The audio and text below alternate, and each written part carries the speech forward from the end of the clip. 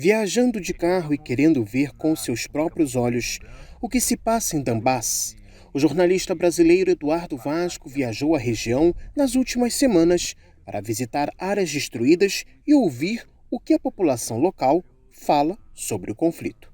Em sua opinião, a cobertura da imprensa brasileira, como também da ocidental, tem sido um desastre, ao passo que os governos e redes sociais ocidentais aplicaram várias medidas de censura da mídia russa. Na imprensa brasileira, a cobertura a respeito do que acontece na Rússia é um desastre. Na imprensa internacional, ela é um desastre. A gente tem a ideia, né, acompanhando a imprensa russa, acompanhando outros meios de comunicação alternativos, que na verdade a realidade é muito diferente. Só que também sentimos aí a necessidade de ir cobrir a guerra no Donbass, né? Porque apesar de ter uma boa cobertura desses outros meios alternativos, como a própria Sputnik, precisávamos ver algumas coisas com os nossos próprios olhos, porque tem coisas que interessam a nós que não interessam a outros meios de comunicação, mesmo que eles estejam cobrindo verdadeiramente, mostrando a verdade, né? E interessam ao nosso público. Ao chegar na República Popular de Lugansk, Eduardo Vasco viu a destruição no local e ouviu sobre as táticas de combate dos militares ucranianos que colocam em risco a população civil, ao passo que esta não recebe ajuda humanitária de organizações internacionais. Lá a gente viu uma destruição enorme que foi contado a gente, ocorreu devido aos bombardeios ucranianos ou então à utilização dos ucranianos de edifícios residenciais, escolas e hospitais como escudos, né? E lógico a população também como escudos humanos.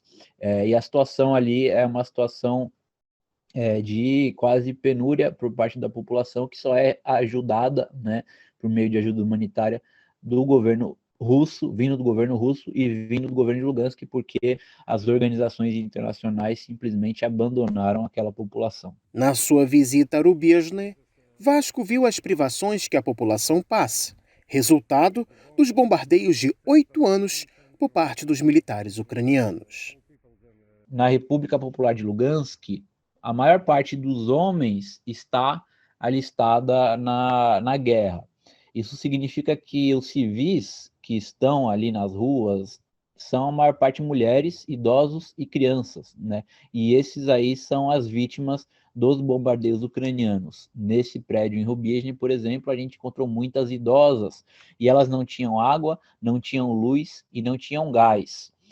Estava tudo escuro, estava, logicamente, apesar de naquela época estar primavera, né, fazia frio muitas vezes e as pessoas, inclusive, reclamavam, né, porque não tinha muito o que comer, a única coisa que elas tinham é que o governo de Lugansk estava enviando, logicamente é uma ajuda humanitária insuficiente, porque são praticamente apenas duas entidades, né, gerais enviando, os russos e o Lugansk.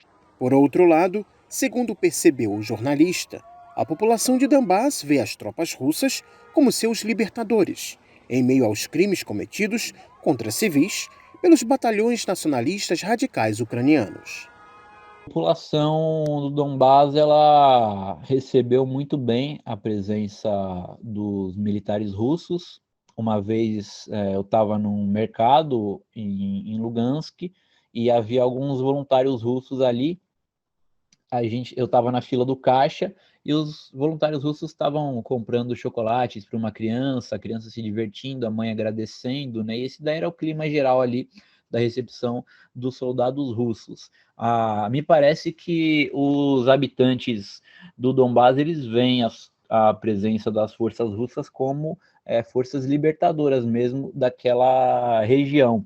E as pessoas com quem nós conversamos, tanto em Lugansk, onde a população sofreu, principalmente em 2014 e 2015, como em Popasna e Rubiezhne, onde eles sofrem até hoje, né, veem os ucranianos como agressores, tanto o exército ucraniano de modo geral, como as forças nazistas, o batalhão Aidar e o batalhão Azov. Ouvi muito sobre o batalhão Aidar, no caso de Lugansk, e as atrocidades cometidas pelo batalhão Aidar vão desde o fuzilamento de civis, bombardeio de igrejas com civis dentro, até coisas como estupros e exposição de cadáveres para as outras pessoas, para servir de exemplo.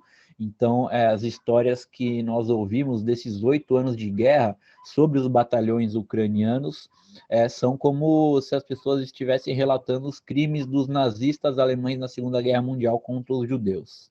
No campo militar, a entrada das tropas russas também foi percebida como um alívio para as forças das repúblicas populares de Lugansk e Donetsk, que estão desde 2014 sob o fogo das tropas ucranianas. O início da operação militar especial da Rússia desequilibrou completamente o conflito a favor da população do Donbass, né? Membros do governo de Lugansk falaram para a gente que até o dia 24 de fevereiro estava muito difícil, eles estavam muito sufocados com a guerra. Mas com isso, hoje, eles podem até mesmo pensar na reconstrução já da própria cidade de Lugansk, que continua parcialmente destruída pelos bombardeios, assim como das outras cidades da região.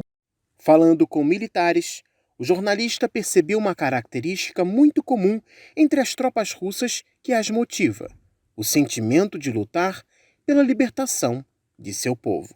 Todos eles têm um otimismo muito grande na vitória contra a Ucrânia e, mais do que isso, todos eles têm o mesmo sentimento. Nós vamos libertar o nosso povo do nazismo. É muito interessante esse sentimento antifascista dos militares russos e do Donbass, que eu creio que é impossível de você ver em qualquer outro lugar do mundo.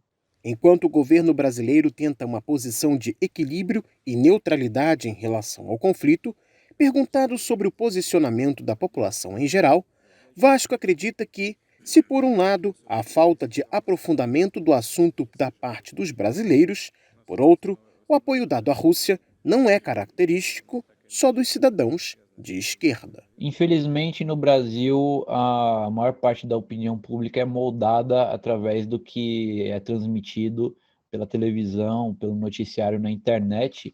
No Brasil, 6 famílias controlam os meios de comunicação, é um monopólio brutal, e esses meios de comunicação, eles apresentam a visão dos Estados Unidos, a visão ocidental do conflito na Ucrânia. Então, uma boa parte da população brasileira acredita que a Rússia é o agressor, apesar de que eu acho que, na verdade, a maioria não está acompanhando o que está acontecendo na guerra, e muitos, eu mesmo, na época que estava no Brasil, vi pessoas falando na rua sobre o bombardeio, tudo, mas como se fosse, não vendo de um ponto de vista negativo, mas apenas entendendo que está tendo uma guerra lá, tudo mais. Agora, existe um setor na sociedade brasileira que acompanha mais os meios de comunicação alternativos, que tem um ponto de vista mais crítico, e é um setor que eu acho que está aumentando exponencialmente, inclusive nos últimos anos, que não acredita no que os grandes meios de comunicação informam sobre a guerra na Ucrânia. Esse setor é uma coisa curiosa, ele é tanto de esquerda como de direita, né? A gente vê no Brasil uma polarização muito grande, que tanto os dois, um como o outro, tem muito pé atrás com relação ao que a grande imprensa tradicional, que é enxergada como um mecanismo do sistema, ela apresenta as informações. Então, tanto na direita como na esquerda, existe bastante gente que não acredita nessas informações e que defende o lado da Rússia.